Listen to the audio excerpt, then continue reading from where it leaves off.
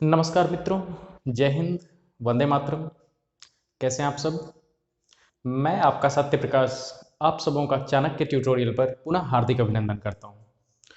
मित्रों, आज मिलते हैं एक नए विषय के साथ जिसका नाम है पर्यावरण। यह मूलतः शिक्षक पात्रता परीक्षा अर्थात टीईटी, चाहे वह केंद्रीय शिक्षक पात्रता परीक्षा हो या फिर कोई राज्य स्तरीय शिक्षक पात्रता परीक्षा हो, केंद्रीय विद्यालय संगठन, नवोदय विद्यालय संगठन, DSSB या ऐसे जो भी एग्जाम्स हैं, उनके लिए तो यह रामबाण है। इसके अतिरिक्त जिन भी परीक्षाओं में पर्यावरण से प्रश्न पूछे जाते हैं, उनके लिए यह बहुत महत्वपूर्ण है। आइए मित्रों, मिलते हैं पर्यावरण के पहले अध्याय के साथ, जिसका नाम भी है पर्यावरण। तो पर्यावरण की एक संक्षिप्त जानकारी इस अध्याय से हमें मिलेगी। आइए बात करते हैं। यह दो भाग में बटा है। चूंकि यह वीडियो कंप्लीट नहीं हो पाएगी, इसलिए मैंने पार्ट 1 और पार्ट टू दो भागों में इसे बांटा है। पहले भाग से मिलते हैं। पर्यावरण, सर्वप्रथम इसकी परिभाषा। पर्यावरण दो शब्दों से मिलकर बना है, परि और आवरण। इन दोनों की संधि के फलस्वरूप यह बना है। अभी हाल में ही मैंने आपको संधि पढ़ाई है, इस हिसाब से बताना कि इसमें कौन सी संधि हुई है।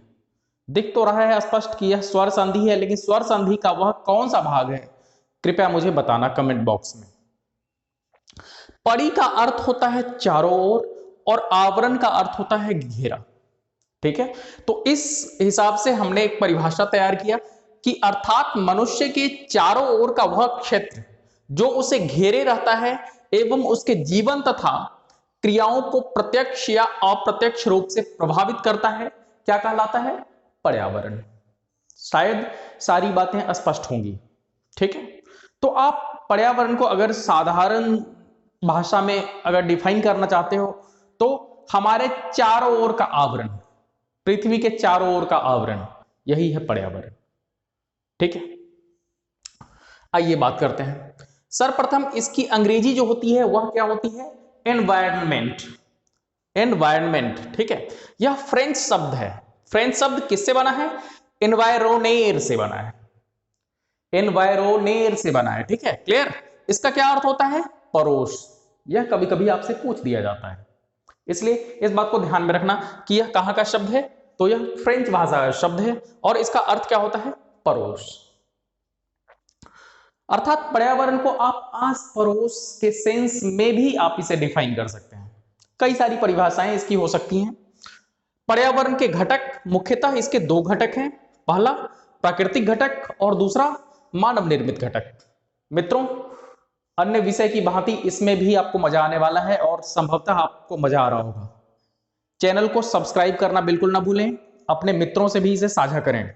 ठीक है, इसका पार्ट 2 भी बहुत जल्द आएगा, क्योंकि इसे पहले कंप्लीट करना आवश्यक है। ठीक है, जब इसे शुरू कर दिया है तो इसे कंप्लीट करेंगे हम। तो पहला प्राकृतिक घटक और दूसरा मानव निर्मित घटक। प्राकृतिक घटक का क्या अर्थ हुआ? प्राकृतिक घटक जिसे प्रकृति ने बनाया है। ठीक है, इसमें मानव का कोई हाथ नहीं है। ठीक है, और दूसरा मानव निर्मित, जिसे मानव ने बनाया है। ठीक है, अब देखिए, इस प्राकृतिक घटक को भी हम दो भागों में बांट सकते हैं। पहला जैविक घटक और दूसरा अजैविक घटक। जैविक घटक वह घटक जिसमें जान हो और अजैविक घटक जिसमें जान नहीं हो, अर्थात सजीव और निर्जीव की हम बात कर रहे हैं। ठीक है, तो इसमें देखो, सजीव प्राणी जिसमें जंतु और पादप आएंगे। ठीक है, और लगा ही लो, यही तो सजीव है। ठीक है, क्लियर। और अजैविक घटक में निर्जीव पदार्थ आएंगे, जैसे में स्थल मंडल, जल मंडल, आपका वायुमंडल, प्रकाश मंडल, मृदा अर्थात मिट्टी। ठीक है, तो ये सभी अजैविक घटक के उदाहरण हैं। लेकिन बनाया किसने है? प्रकृति ने ही बनाया है। हमने तो इसमें कुछ नहीं किया। क्या आपने स्थल मंडल बनाया? नहीं।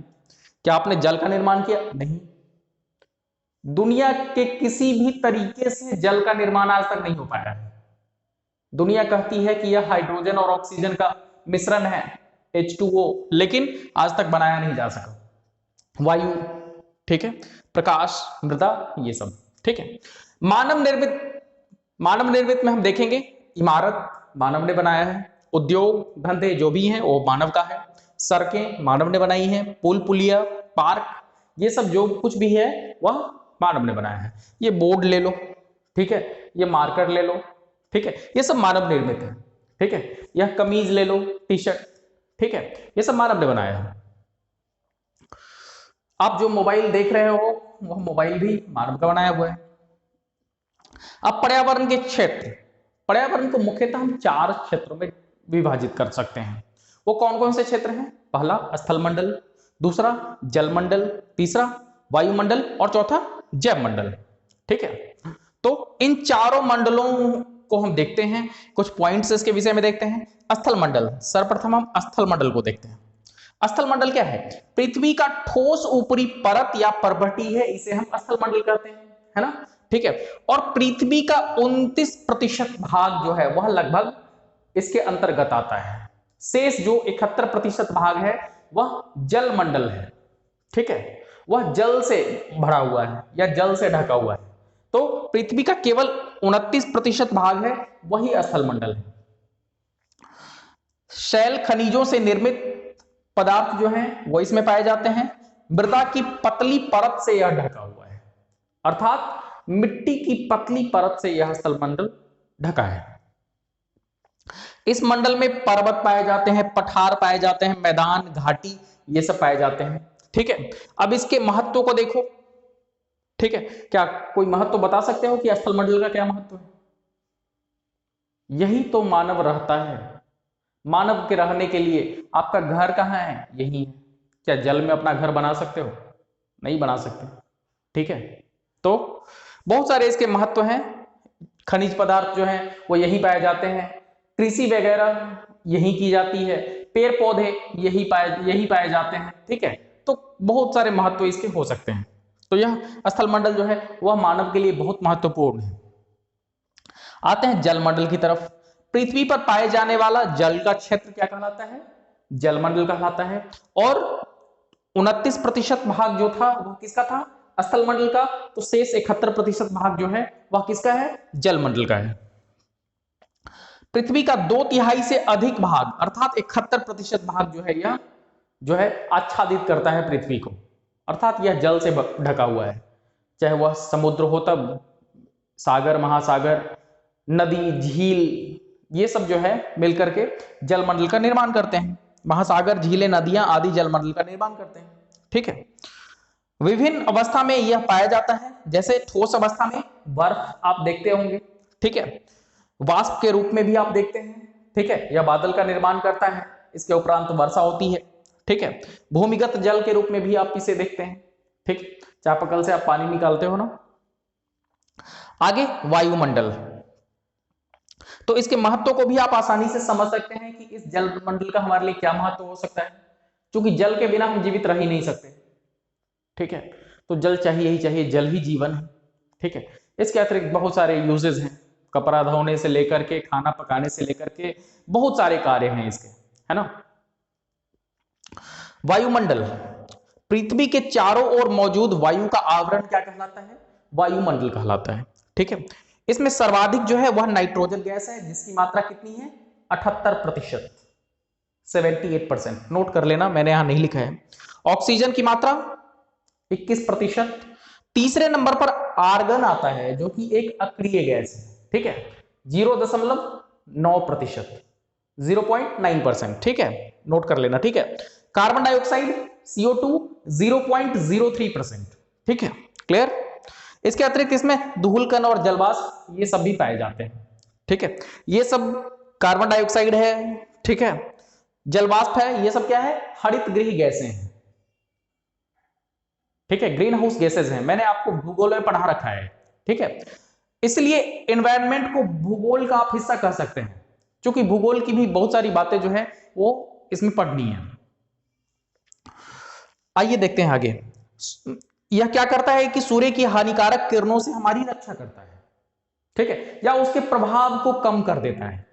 ठीक है, वह कौन सा ग्रह है जिस पर वायुमंडल नहीं है, जिसके कारण उसका तापमान बहुत ज्यादा है? बताओ, कमेंट में बताना मुझे, मैं पढ़ा चुका हूं भूगोल में। मौसम व जलवायु में परिवर्तन भी लाता है यह वायुमंडल, ठीक है, और रेडियो संचार में भी मदद करता है, ठीक है। इसके अतिरिक्त और भी बहुत सारे यूजेस हैं इसके। आइए देखते हैं जैव मंडल को। पृथ्वी का वह संकीर्ण क्षेत्र जहां स्थल जल वायु मिलकर जीवन को संभव बनाते हैं क्या कहलाता है? जैव मंडल कहलाता है। यह जीवन के लिए अनुकूल परिस्थितियां प्रदान करता है।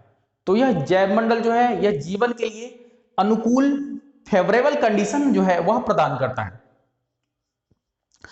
पारिस्थितिक तंत्र या पारितंत्र, इसको हम डिटेल में पढ़ेंगे, फिलहाल इसका थोड़ा सा भाग देखते हैं, आगे हमें इसे डिटेल में पढ़ना है।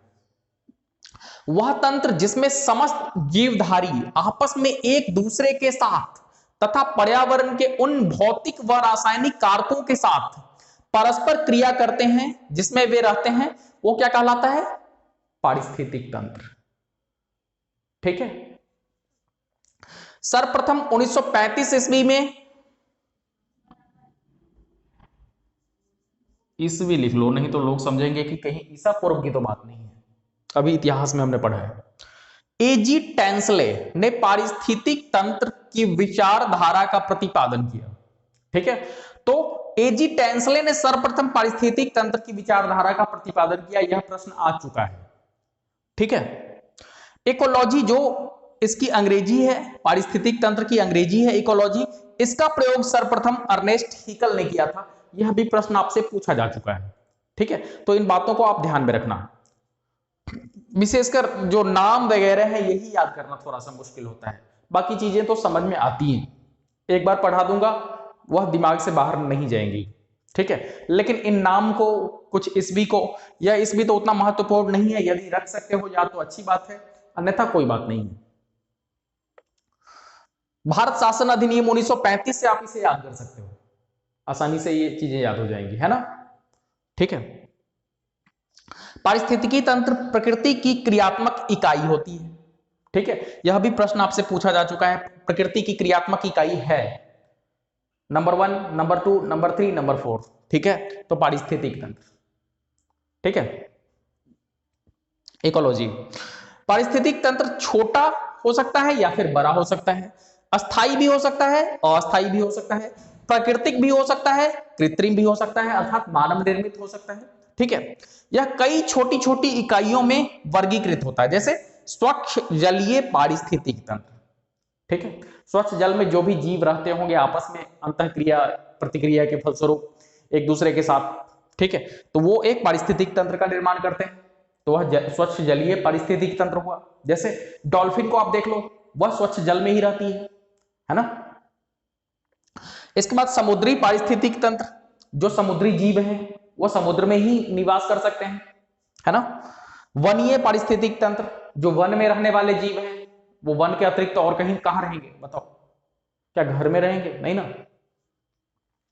इसके अतिरिक्त मरुस्थलीय पारिस्थितिक तंत्र, जो मरुस्थल में रहने वाले जीव जंतु हैं या पेड़ पौधे हैं, ठीक है, वो सारे मिलकर के मरुस्थलीय पारिस्थितिक तंत्र का निर्माण करते हैं। इसके अतिरिक्त एक बहुत ही महत्वपूर्ण बात, यहां स्टार भी लगा हुआ है, उष्ण कटिबंधीय पारितंत्र जो है वह सर्वाधिक उत्पादक पारितंत्र माना जाता है, इस बात को ध्यान में रखना, ठीक है। उष्ण कटिबंधीय पारितंत्र ये सर्वाधिक उत्पादक क्यों है, इसके पीछे कारण जान सकते हो आप आसानी से, क्योंकि यहां पर सूर्य की किरणें जो हैं, ठीक है।